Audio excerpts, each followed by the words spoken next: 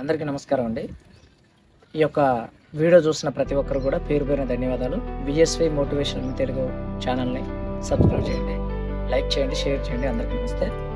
మొన్నటి రోజున రూపారెడ్డి హత్య కేసులో స్టూడెంట్లు అంటే ఒక టీచర్ దగ్గర చదువుకునే స్టూడెంట్లే గంజాయి మత్తుకి అలవాటు పడి జీవితాన్ని నాశనం చేసుకున్నారు.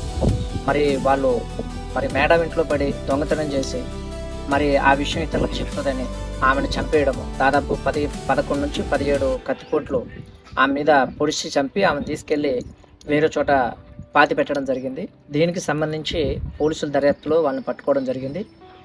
ఈ విషయాన్ని ప్రతి ఒక్కరు కూడా ఇట్లా మన న్యూస్ జరుగుతూ ఉంటే ఈరోజు ఒక సెల్ ఫోన్ ఐఫోన్ కొనియలేదని ఈఎంఐ కట్టలేదని ఒక అబ్బాయి మహారాష్ట్రలో దాని నుంచి పడతాన్ని బ్లాక్మెయిల్ చేసి తండ్రిపై కాపాడే క్రమంలో తండ్రితో పాటు తర్వాత తల్లి కూడా దునికింది, 3 చనిపోవడం జరిగిందండి. ఒక్క సెల్ ఫోన్. ఈ సెల్ ఫోన్ ఎంత, దాని వాల్యుయేషన్ ఎంత అండి? ఒక మనిషి సెల్కున్న విలువ కూడా ఒక మనిషికి లేదు అంటే చాలా ఆశ్చర్యంగా ఉంది. ఇది మనం ఏదో మామూలుగా తీసి పడేయద్దు ఈ సబ్జెక్ట్ని. అలాగే రూపారెడ్డి హత్య కేసు కావచ్చు, ఇప్పుడు చూసుకుంటే ఈ మహారాష్ట్రలో జరిగిన సంఘటన కావచ్చు, యువత ఈ అబ్బాయి కూడా 16, 19 ఉంటే వాళ్ళకు కూడా 16, 19 లోపే ఉంటారు పిల్లలందరూ. వీళ్ళందరూ ఎందుకు ఇట్లా చెడిపోవడానికి మెయిన్ కారణం ఏంటి? ఈరోజు ఇదైంది, రేపు ఇంకోటి అవుతుంది. యూత్ ఈ చదువుకోమని పంపిస్తే వీళ్ళు చేసే పనులు ఏంటి? అడ్డదిడ్డమైన పనులు చేసుకుంటా తాగుడుకు బానిస అవ్వడం, గంజాయి మత్తు, వీళ్ళ వయసుకు తగ్గట్టు రూపారెడ్డిని హత్య చేసిన వాళ్ళు ప్రిన్సిపాల్ వాళ్ళందరూ కూడా గట్టి చర్యలు డిపార్ట్మెంట్ కూడా తీసుకోవడం జరిగింది. టీచరు నేర్పించిన టీచర్నే చంపేద్దామనే ఆలోచనలకు వచ్చిందంటే ఆ మత్తు ఎలాంటిదో అర్థం చేయండి. ఈరోజు టీచర్ని చంపారు, రేపు తల్లిదండ్రులు లేదా అన్నదమ్ములు లేదా కుటుంబ సభ్యులు ఎవరో ఒకరు చంపడం జరుగుతుంది. ఎందుకంటే ఆ గంజాయి మత్తు కూడా మనం గాయం ఒక చోట అయితే మందు దగ్గర పోయడం కాదు, సమస్య ఆడొచ్చిందో ఆడేదాన్ని డీల్ చేయాలని నేను కోరుతూ ఉన్నాను. దానికి పోలీస్ డిపార్ట్మెంటు, గవర్నమెంట్ అందరూ కూడా ప్రత్యేక శ్రద్ధ తీసుకొని మన రాష్ట్రంలో గంజాయి ఎక్కడి నుంచి రవాణా అవుతుంది, దానికి మనం ఎక్కడెక్కడ ఏమేమి బాధ్యతలు తీసుకోవడం అనేది కూడా ఈ గవర్నమెంట్ నిర్లక్ష్యాలు కూడా చాలా ఉన్నాయి. ఇది కూడా ఒకటి గమనించాలి. అలాగే వచ్చేసి ఈ అబ్బాయి చనిపోవడానికి మెయిన్ కారణము బ్లాక్మెయిల్ చేయడము, తల్లిదండ్రులు ఇట్లా హింసించే వాళ్ళుగా తయారయ్యారు. ఒక వీడియో కూడా పెట్టడం జరిగింది.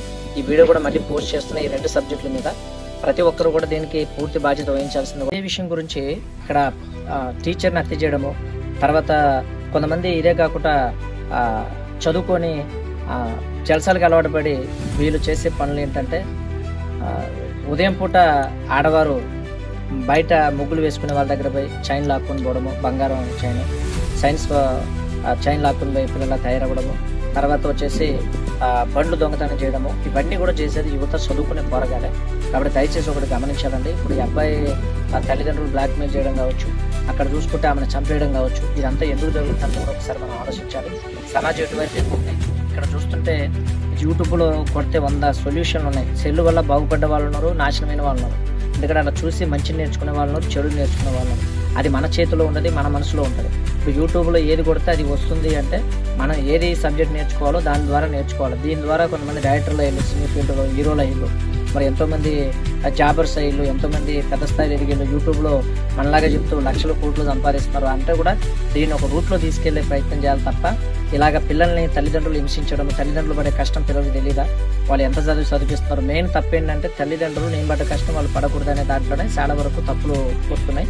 తర్వాత కష్టం కూడా తెలియక పెంచుతున్నారు, పిల్లలు బాధ పెడుతున్నామని. ఆ బాధపడేది కాదు, ప్రాణాలు పోగొట్టుకునే వ్యవహారాలు అయితే పిల్లలు మంకు పట్టే వ్యవహారాలు ఉన్నాయి. ఈ రోజున కూడా ఐఫోన్ కొనిమని చచ్చిపోయిందంటే దానికి కారణం అన్నది ఎవరు అన్నది కూడా ఒకసారి ఆలోచించాలి.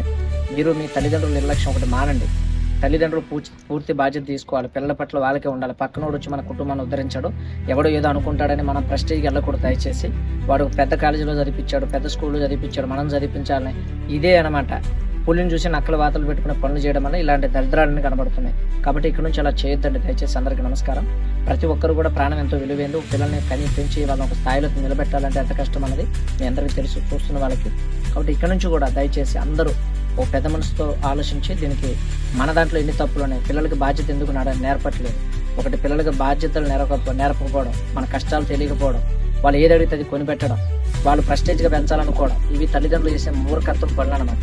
ఇవి కాకుండా మనం ఏ సమస్య ఎంత కోటీశ్వరులు కావచ్చు, మన కష్టం విలువలు తెలియాలి. ఈరోజు డబ్బు ఇట్లా సంపాదిస్తామా, ఒక తప్పు చేస్తే మొత్తం నాశనం చేస్తారు ఆస్తులు. ఇట్లా ఎంతో మందిని చూస్తుంటాం పెద్దవాళ్ళు. అంతవరకు తెచ్చుకోకూడదు అనుకుంటే ఆ విధంగా ఉండాలి అనుకున్నప్పుడు తప్పకుండా మీ ఒక ఆలోచనలు మారాలి. పిల్లల మీద ఆలోచనలు కూడా పెంచే విధానాలు మారాలి. ఏది పడితే అది కొనిచ్చే అలవాట్లు మానుకోవాలనేది నేను కోరుకుంటున్నా. ఇలాంటి సంఘటనలు మరి ఎక్కడ జరగకూడదు. ఒక సెల్ ఫోన్ గురించి ముగ్గురు చనిపోవడం ఏంటండి?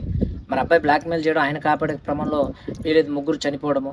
మరి ఆ భర్త చనిపోయిండని భార్య దూకి చచ్చిపోవడం. ఒక్క సెల్ ఫోన్, ఐఫోన్ దాని విలువ ఎంత? దాని లెక్క ఎంత? మనిషి జీవితానికన్నా అంత సెల్ ఫోన్‌లు అంత ఎక్కువైపోయినాయా అన్నది కూడా ఒకటి బాధాకరము. అలాగే ఇప్పుడు ఈ యొక్క టీచర్‌ని హత్య చేసిల్లంటే పిల్లలు చదువుకోవడానికి వెళ్తున్నారా? ఏ రకంగా పోతున్నారని కూడా మనం ఆలోచించాలి. ఇది ఓన్లీ విని వదిలేయొద్దండి దయచేసి. ఇది కూడా షేర్ చేయండి. 10 మందికి ఉపయోగపడే సబ్జెక్టు. ప్రతి ఒక్కరు మారాలి చూస్తున్న వాళ్ళందరూ కూడా.